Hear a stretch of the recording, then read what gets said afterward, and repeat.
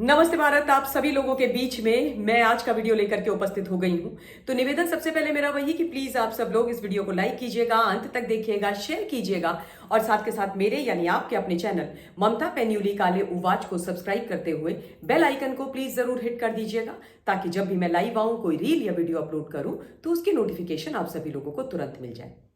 जिन जिन लोगों ने आज का मेरा लाइव देखा होगा उनको जानकारी मिल गई होगी कि मैं ट्रैवल कर रही हूँ, बाहर हूँ, लेकिन ट्रैवलिंग के दौरान में अपने बिजी कार्यक्रम के बीच में भी मेरी जो कमिटमेंट आप लोगों के साथ है, मेरी एक्सटेंडेड फैमिली मेंबर्स के साथ है, उसको मैं लगातार रख रही हूँ। आज थोड़ा सा शेड्यूल उल्टा कर दिया है, दिन में लाइव कर दिया, अभी वीडियो आप लोगों के लिए पोस्ट कर रही हूँ और बात की जाएगी फिर से दिल्ली में जो रेखा सरकार बनी है उसके बारे में।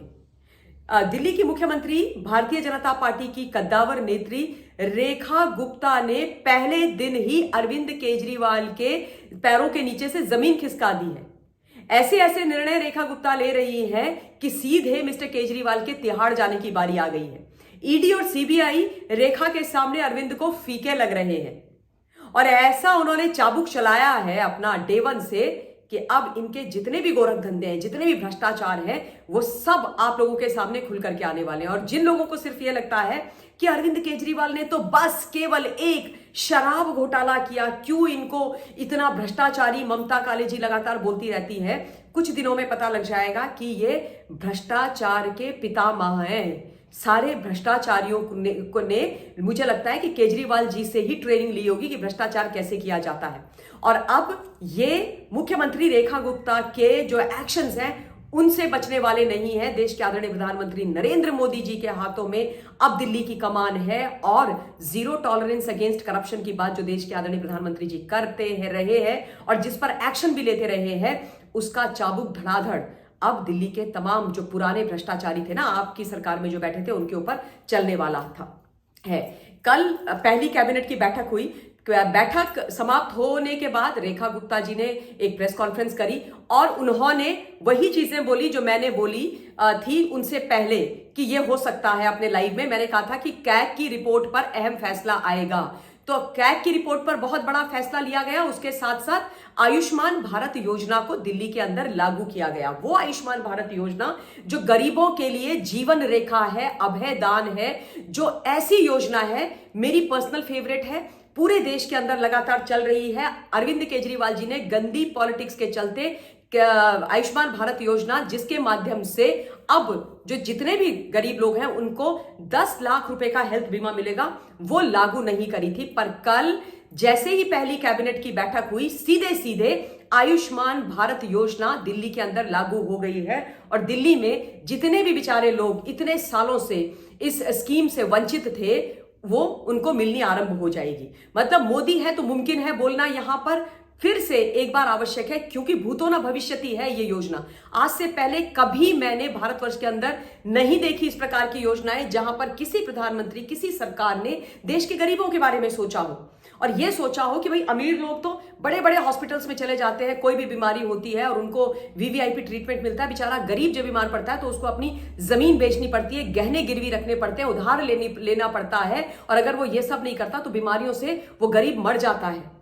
लेकिन गरीबी से उठ करके आए हुए एक चाय वाले के बेटे को ये पता है कि ये दर्द क्या होते हैं और इसलिए उन्होंने आयुष्मान भारत योजना दिल्ली के पूरे भारतवर्ष के अंदर लागू करी थी। लेकिन केजरीवाल जी ने दिल्ली में वो नहीं चलाई, अब वो लागू हो गई है। ये तो एक खबर हो गई, लेकिन दूसरी जो खबर है वो मिस्टर केजरीवाल के लिए बहुत खराब है और वो क्या है? कैग रिपोर्ट, यानी जो 14 सीएजी की रिपोर्ट है जो पिछले 5 साल से टेबल नहीं की गई थी अरविंद केजरीवाल जी के द्वारा, पिछले 5 साल से पेंडिंग पड़ी हुई थी, उन पर कैबिनेट ने यह डिसीजन लिया है कि जैसे ही विधानसभा का सत्र चलेगा उसमें ये पांचों की, ये जो 14 की 14 कैबिनेट रिपोर्ट हैं जो 15 साल से बंद पड़ी हुई थी, वो टेबल कर दी जाएंगी और उसके बाद खुलेगा भानुमति का पिटारा, यानी केजरीवाल जी के भ्रष्टाचार की कहानी। और उसके बाद इन पर धड़ाधड़ एक्शन होंगे, ऐसे एक्शन होंगे कि ये दिन में इनको तारे नजर आ जाएंगे और केवल ये पानी पीते रह जाएंगे, जवाब देते इनसे नहीं बनेगा। इतने इन्होंने भ्रष्टाचार किए और दिल्ली वाले चौंक जाएंगे कि किस व्यक्ति को इन्होंने 2 फुल टर्म में लैंडस्लाइड मैंडेट दिया था 2015 और 2020 के अंदर। मैं आपको एक चीज और बता देती हूं कि 14 फरवरी से लेकर 27 फरवरी तक जो दिल्ली की विधानसभा है उसका असेंबली सेशन चलेगा। जितने भी नवनिर्वाचित विधायक है भारतीय जनता पार्टी के, आम आदमी पार्टी के, वो सारे के सारे शपथ ग्रहण करेंगे।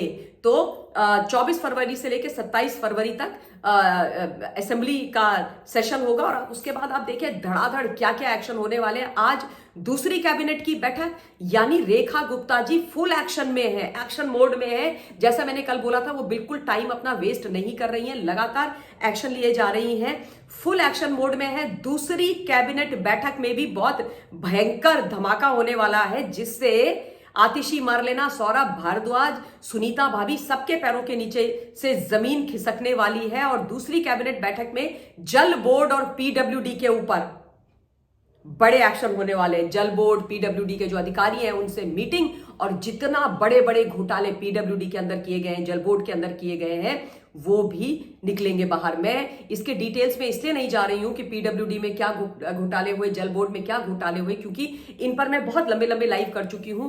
आप लोगों से ये रिक्वेस्ट करूंगी कि प्लीज ममता पेन्युली काले उवाच यानी मेरे यूट्यूब चैनल पर आप स्क्रॉल कीजिएगा और आपको इन चीजों में, जल बोर्ड दिल्ली का और पीडब्ल्यूडी दोनों के ऊपर डिटेल्ड मेरे लाइव मिलेंगे, उनको सुन लीजिएगा। माफ कीजिए, मुझे बहुत ज्यादा इस समय स्वेटिंग भी हो रही है और क्योंकि मैं I forgot to switch on the AC.